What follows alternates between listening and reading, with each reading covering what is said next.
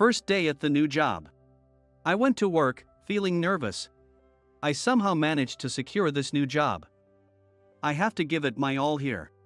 Since I got fired from my previous job, I don't have a company to go back to, and finding a job in this day and age isn't easy. I was so nervous that I entered the company with my right hand and right foot moving forward simultaneously. When I told my name to the receptionist, she said, "You have a meeting with the president. Please go to the president's office," and explained how to get there. I said, "Got it," and headed to the elevator, thinking, meeting the president right away, which made me even more nervous. At my previous job, when a new employee joined, a slightly higher-ranking staff member would take care of them. Or a managerial staff member would handle the procedures. Even though I got hired, I was worried that if I didn't get on the president's good side, I might get fired again. I took a deep breath as I stood in front of the door labeled President's Office on the 4th floor after riding the elevator. "All right," I said to myself, psyching myself up, and knocked on the door, saying, "May I come in?" as I opened it. "Come in," said a woman's voice. I thought the president's secretary might also be present as I entered the room, but there was only one person inside. Due to the light from the window, I couldn't see the person's face clearly, but there was a woman. Since I had assumed the president was a man, I was surprised, thinking she might be the secretary and that the president would come later. I cautiously looked behind me. Then she started to giggle. I was surprised. Not because she laughed, but because I knew the woman who laughed that way. I slowly approached her. Her smooth, straight hair, dressed in a suit and wearing pumps, fluttered slightly in the wind coming through the 1-inch open window. "No way," I said. "My name is Ben. I'm a single father raising 2 daughters, Emma and Ava, who are close in age. My ex-wife, Kate, left when Emma was 1 year old and Ava was a newborn." No, saying she left is misleading. To anyone's eyes, it would seem like my father forced her out of the house at the time. My father, Robert, was the second president of a parts manufacturing company. The company had grown significantly under the leadership of my grandfather, John, the founder and a brilliant president. And my father took over as the second president. Kate and I were high school classmates and started dating during school. We continued our relationship after graduation, and when we were 23, we got married because we were expecting a child. Our parents scolded us for getting married and pregnant out of order, and we deeply reflected on it. But since we had always intended to get married eventually, we saw the baby as a positive catalyst. Although I was a working adult, I was still a newbie with a meager salary, so after discussing it with my family, we decided to live with my parents in my family home. Since it was a house we owned, we didn't have to pay rent, and although there would be additional utility and food costs for us, my mother said, "Your father's company is doing well, so you don't have to contribute financially for a while. Once Ben's salary increases and Kate returns to work after maternity leave, you can start contributing a little." We gratefully accepted this offer. Then, our long-awaited baby girl, Emma, was born. She was my parents' first grandchild, and they adored her immensely, loving her more than anything. Although my father was very busy with the company at that time, he found solace in having a grandchild at home and would immediately pick her up and hug her, saying, "Emma, it's Grandpa. Who's my little girl?" every time he came home. However, as someone who lived half his life during a previous era, his old-fashioned behavior started to stand out more. Even if Emma was asleep, he would wake her up, hold her, and rub his cheek against hers. Of course, she would cry when disturbed, and he would complain, saying, "Come on, you can eat because of me. Don't cry." He would also frequently say to Kate, "Next time, have a boy. We need an heir for the company." Kate became increasingly intolerant of his attitude and started to confide in me, saying, "I can't stand your father's behavior." I agreed with her and asked my father to stop, but he wouldn't listen, saying, "You can't complain if you're living off my money." He was stubborn and unlikely to change, so we started considering moving out to live as a family of 3. But then, Kate found out she was pregnant with our second child. My father kept saying, "Good job. This one must be a boy," every chance he got. This added stress to Kate, who was already overwhelmed taking care of Emma as a baby while being pregnant. Thankfully, my mother was very supportive and helped take care of Emma, which was a great relief. At that time, it wasn't common for men to take paternity leave, so I had to go to work. Without my mother's help, it wouldn't have been possible. Kate was very grateful for her help, but my father's behavior didn't improve. When our second daughter, Ava, was born, he said, "It's not a boy. What a troublesome wife." Kate broke down in tears right there. It was too much, so both my mother and I complained to him. "Dad, that's just too harsh. Apologize to Kate," I said, and my mother added, "That's right. Whether it's a boy or a girl, we're just thankful they were born healthy." "However," he retorted, "it's not like I can help it. There's such a thing as succession. While I love all my grandchildren, there's nothing wrong with wanting a male heir." "Dad, if your wish for a male heir isn't fulfilled, are you going to blame Kate for it? That's not right. Besides, in today's world, it shouldn't matter if the heir is a woman. Anyway, whether our kids take over your company is up to them." I responded to him that way. But no matter what my mother or I said, my father remained the self-proclaimed leader. "Enough. As long as you bear the Taylor name, I'm the head of the family, so stop complaining," he said. He was always convinced he was right and never willing to bend. "Just, please leave me alone for a while," Kate said softly. So, my mother and I ushered my father out of the room. I'll never forget the look of exhaustion on her face at that moment. I wanted to move out for her sake, but with two kids so close in age, childcare was overwhelming. I was working at a company with long hours and couldn't help much with the kids. Kate and my mother worked together to take care of the children, but it was still tough. Given the situation, we knew that moving out was physically impossible. Around the time our second daughter, Ava, was 6 months old, Kate's health started to deteriorate. My father remarked, "How unreliable, getting sick despite being younger than Helen, taking a jab at her." "Ben, I can't take this anymore," Kate tearfully confided in me. I wanted to help and fought hard about what to do. I considered asking for help from Kate's family, but her father had passed away some time ago. And her mother had recently remarried and was living with her new husband. It wouldn't be fair to my mom's new husband. And my mom isn't in great health either. "It's hard to ask for help," Kate said. However, I started to think that we should live near her mother so that she could help us in case of an emergency, and somehow, the four of us, Kate, our two daughters, and I could manage to live independently. We discussed this several times, but we couldn't come to an agreement. She was mentally and physically exhausted. And I struggled to balance work and home life. Time kept passing by. Then one day, I came home from work. "Get out of here. Never show your face again," my father shouted. I saw Kate sitting on the floor, crying. My mother was trying to mediate. Realizing something terrible had happened, I quickly dropped my bag and approached them. "Dad, what are you doing? Stop it already," I said, siding with Kate immediately. "You haven't seen anything and you're already taking her side?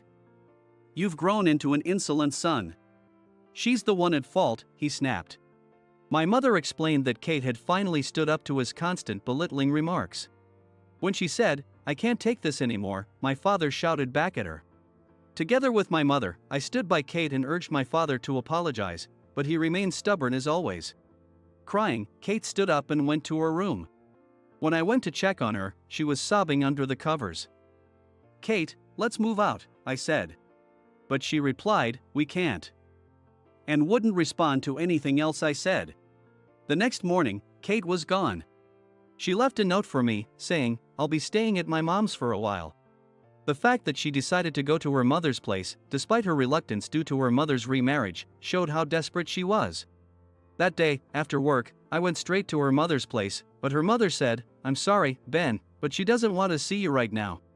I realized then that I had failed to protect her and had hurt her deeply.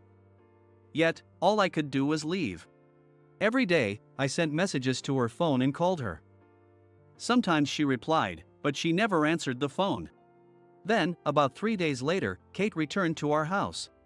It was a Sunday, and I was home because I didn't work weekends. With my mother overwhelmed taking care of the kids during the week, it was only natural that I handled childcare on weekends. I was the first to see her return when I heard the door open. I felt relieved but also worried about her well-being. Emma saw Kate and joyfully called out. My mother greeted her with a smile, "Welcome back, Kate." It was at that moment. "Hey! Why did you come back? After abandoning your children, you have the nerve to return? I told you there's no place for you here. Get out. I told you never to show your face again," my father said. Kate, however, didn't cry this time and replied calmly. "I see. I understand. I left to clear my head and intended to come back soon. I expected either a warm welcome or what you just said. Unfortunately, it's the latter. I wanted to be with my daughters, but it seems I can't. As you wish, this useless, troublesome wife will leave. Thank you for everything. I'll need to come in to pack my things." With that, she entered the room she used and began packing. I rushed to her side and said, "I'll go with you. Please, calm down." But she said, "Emma and Ava are attached to your mother. With you around on weekends, they'll grow up just fine. If we leave, I'm not confident I can raise them properly on my own. I think they'll be happier here than with me." "That's not true," I said, but deep down, I wasn't sure how much I could help with the kids while working. And I couldn't confidently promise I wouldn't cause her more pain. "Take care of Emma and Ava. I love you all," she said, her eyes welling up. Ava was sleeping, and Emma came over to Kate, who patted her head and said, "Take care of Ava. She's your precious sister," before leaving without looking back.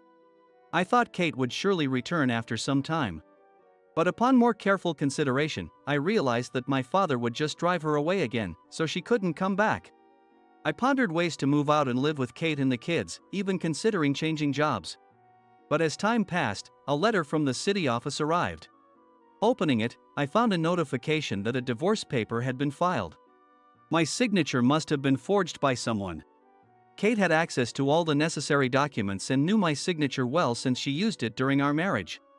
I considered contesting it, but I pondered for a few days. Wasn't I the one who made Kate suffer? Of course, my father was to blame, but it wasn't just that.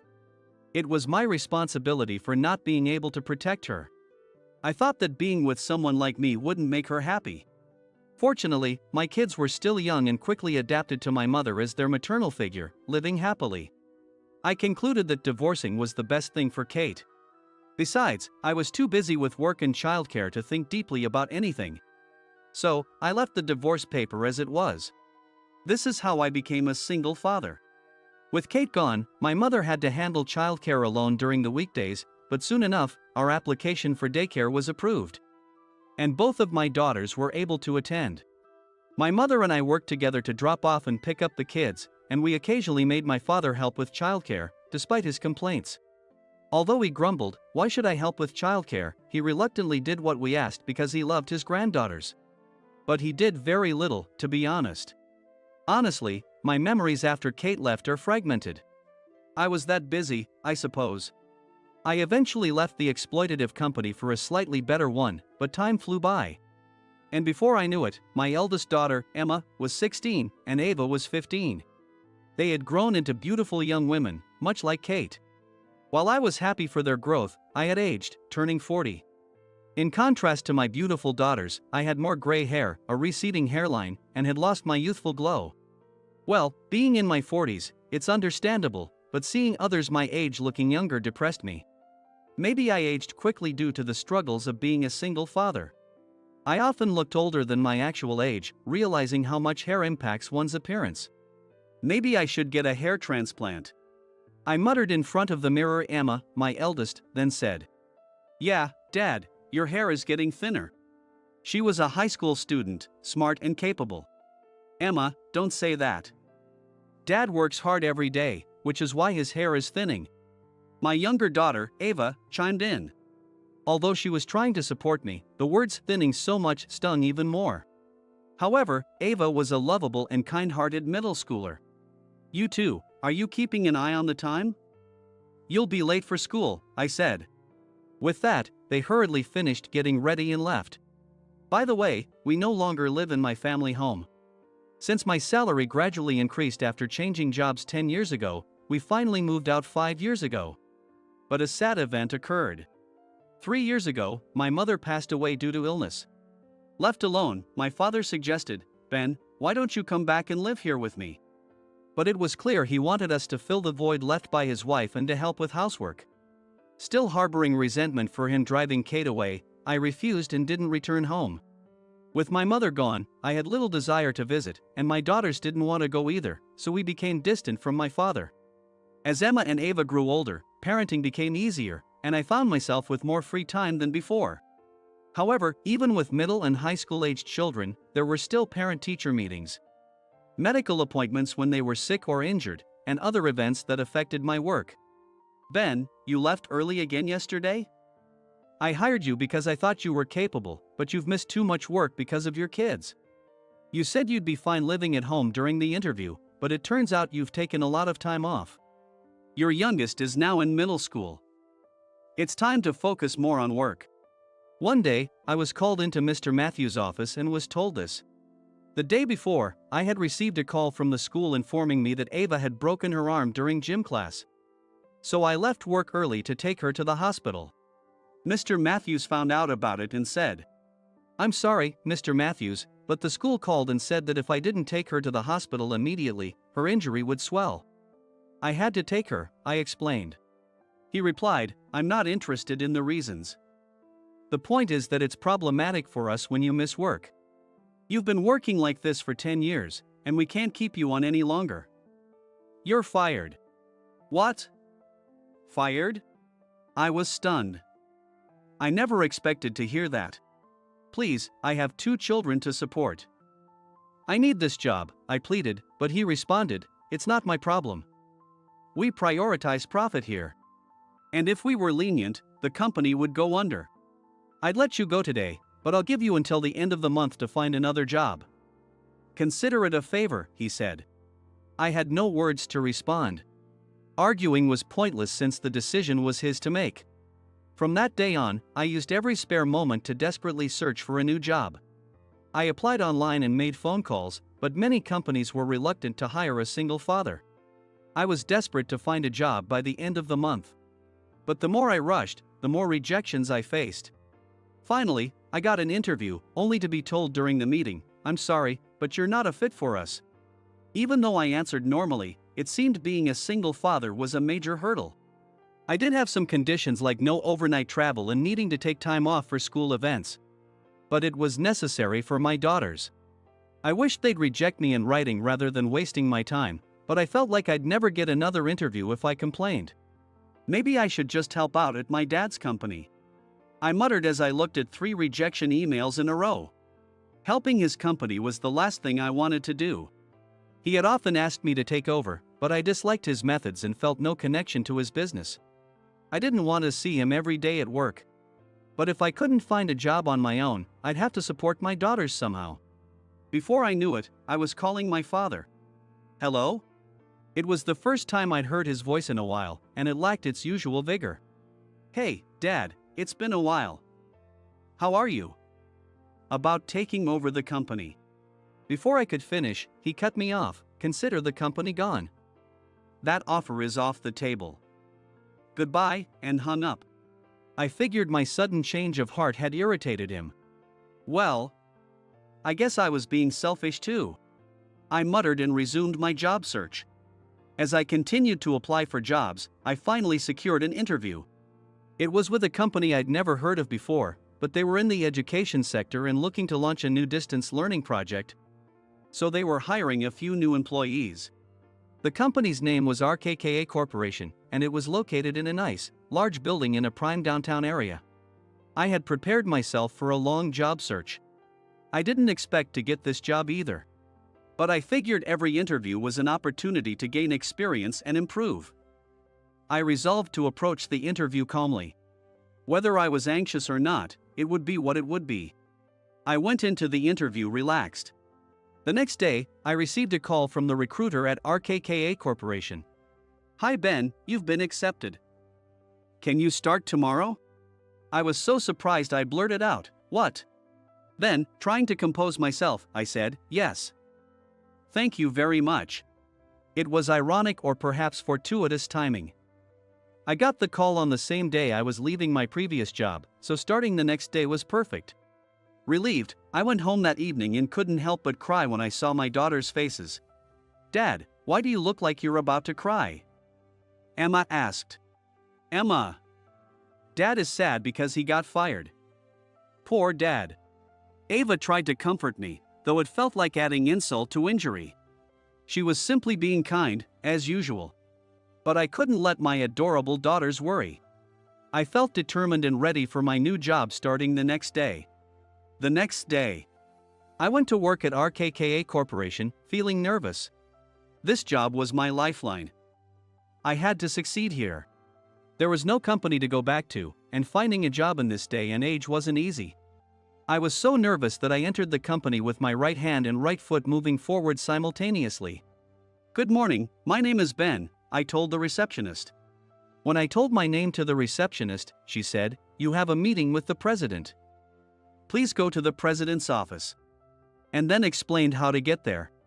I said, "Understood," and headed to the elevator, thinking, meeting the president right away, which made me even more nervous. At my previous job, when a new employee joined, a slightly higher-ranking staff member would take care of them. Or a managerial staff member would handle the procedures. Though I was hired, I worried about being fired again if I didn't impress the president. I took a deep breath as I stood in front of the door labeled President's Office on the 4th floor. "All right," I said to myself, psyching myself up, and knocked on the door, saying, "May I come in?" as I opened it. "Come in," said a woman's voice. I thought the president's secretary might also be present as I entered the room, but there was only one person inside. Due to the light from the window, I couldn't see the person's face clearly, but there was a woman. Since I had assumed the president was a man, I was surprised, thinking she might be the secretary and that the president would come later. I cautiously looked behind me. Then she started to giggle. I was shocked. Not because she laughed, but because I knew the woman who laughed that way. I slowly approached her. Her smooth, straight hair, dressed in a suit and wearing pumps, fluttered slightly in the wind coming through the 1-inch open window. "No way," I said. Seeing her face up close, I was certain. I knew this woman. We hadn't seen each other in a long time, and we both had aged, but I recognized her immediately. The eyes, the mouth, and that laugh, there was no mistaking it. It was my ex-wife, Kate. "Why are you here?" I asked. "Why?" "Because I'm the president of this company," Kate replied. She continued, "But why did you apply to my company, Ben?" I replied, "I didn't know you were the president." "I'm sorry. I was desperate to find a job to support our kids. So I applied to every company that seemed feasible. No need to apologize. In fact, I was happy. When the recruiter showed me the list of applicants, I was surprised. I instructed them to hire you if the interviewer didn't find any major issues," Kate said. "You mean you decided to hire me?" "I appreciate it, but it's complicated. I thought you never wanted to see me again. Won't it be a problem for you if I come here every day?" I asked.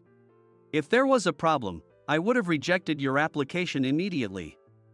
Not only is there no problem, but I was also looking forward to seeing you again," she responded. I had no idea what she was thinking. At a loss for words, I remained silent, and she continued. "Saying I was looking forward to it might sound selfish. I want to apologize properly.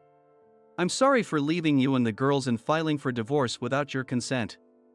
At that time, I was immature and felt I had no other choice. But that's no excuse. I've regretted it deeply. No matter the reason, abandoning my family was wrong. I've lived all these years feeling ashamed to face you and the girls. I've always wanted to see you, Emma, and Ava. But I felt it would be presumptuous to reach out. So I created this opportunity to meet you, and for that, I'm truly sorry." As she spoke, she began to cry. I quickly responded, "Why are you apologizing, Kate? I'm the one who should apologize. I failed to protect you. I should have moved out with you and the girls, no matter what. I should have taken on debt if necessary or worked harder to find a better job. I was a failure as a husband for hesitating. I'm sorry for ruining your life, Kate. I'll do whatever it takes to make amends. Kate moved closer and gently embraced me. I'm sorry, Ben. I'm just so glad we could meet like this, she said, crying into my chest. I wrapped my arms around her and hugged her gently. Tears began to flow from my eyes as well. We stood there crying together for several minutes. Once we had calmed down a bit, we shared our stories. After leaving my family home 15 years ago, Kate initially stayed with her mother but quickly rented an apartment to avoid burdening her mother's new husband. She worked various part-time jobs to make ends meet but eventually decided to start her own business, believing it would be better than struggling with part-time work. It was tough getting the business off the ground. I was buried in debt and often felt hopeless. But I had a strong motivation, she explained. A strong motivation? When I asked that, she replied, yes. I knew I couldn't be there for Emma and Ava, so I wanted to leave something for them. Even if they never knew it was from me. I wanted to save money for their future. If I was barely making ends meet, I couldn't do that. So I was determined to make the company successful for their sake, she said with a determined look on her face. Seeing her like that, I found her even more admirable and inspiring. I also wanted to thank your mother and you for raising Emma and Ava in my place. I wanted to give you everything I earned. Despite your father's harsh words, he supported us financially back then, so I wanted to repay him as well. She continued. You don't need to thank my father. I should be the one to repay him, I said hastily. Then Kate said something unexpected. Actually, I've already repaid him. She smiled a little as she said this. What? What do you mean? When I asked in surprise, she replied. A few years ago, his company was struggling. I heard about it from a business partner. The parts they were making were outdated. So I introduced them to a consultant we work with. They decided to change their product line completely. And our company started using their products in our new educational system. Eventually, we brought his company under our umbrella and took on their debt, she explained. I was even more stunned. So, his company is now a subsidiary of yours, and you paid off his debt? He never told me anything about this. She continued. Yes, that's right. He said he couldn't tell you because he felt ashamed for treating me so poorly and then having to rely on me. He apologized for his old-fashioned views and said he was sorry. He's become much kinder now. I also heard about your mother's passing. I'm so sad I couldn't see her again. She helped me so much, and I feel guilty for leaving the girls with her. She teared up again. My mom always said, I wonder how Kate is doing. I'm sorry for what happened, even from her sickbed. I'm sure she passed away with that regret. Let's visit her grave together next time, I said. Through tears, Kate replied, if you can forgive me, I'd love to. That morning at the office was emotionally intense, but after our fateful reunion, I focused on my work in the afternoon with determination. I worried about working at Kate's company and the potential for conflicts between personal and professional life. But I decided to keep things separate. I was finally hired, and I was determined to do my best at this company. I had no idea that my father's company was also a subsidiary. It was quite a shock. But no matter what, my primary focus was to work hard for Emma and Ava. A year later, Kate and I decided to live together again. When we cautiously told Emma and Ava about their mother, they were eager and excited to see her. They reconnected smoothly, faster than I had expected. Their personalities must have played a part. Both the smart and responsible Emma, and the kind-hearted but slightly scatterbrained Ava, share one common trait. They are both incredibly positive. Emma said, even if there were problems in the past, isn't it great that we can have fun with Mom now? Ava added, wow, Mom is a CEO. Does that make me the daughter of a CEO? She said excitedly. We started living together, and if everything went well, I planned to remarry Kate. I had my proposal ready. I will always protect you, Kate. Let's spend our lives together, I plan to say. It might not sound convincing coming from someone working at her company, but now, as an executive at her company, I felt I could support her even more. Reflecting on how I lacked resolve when I was younger, I wanted to express my commitment in front of our daughters, making sure they saw how serious I was. And then, together with my father, we would visit my mother's grave together. I'm sure she in heaven would be surprised to see us all together again, but it would be a welcome surprise. I looked up at the sky, thinking about the future.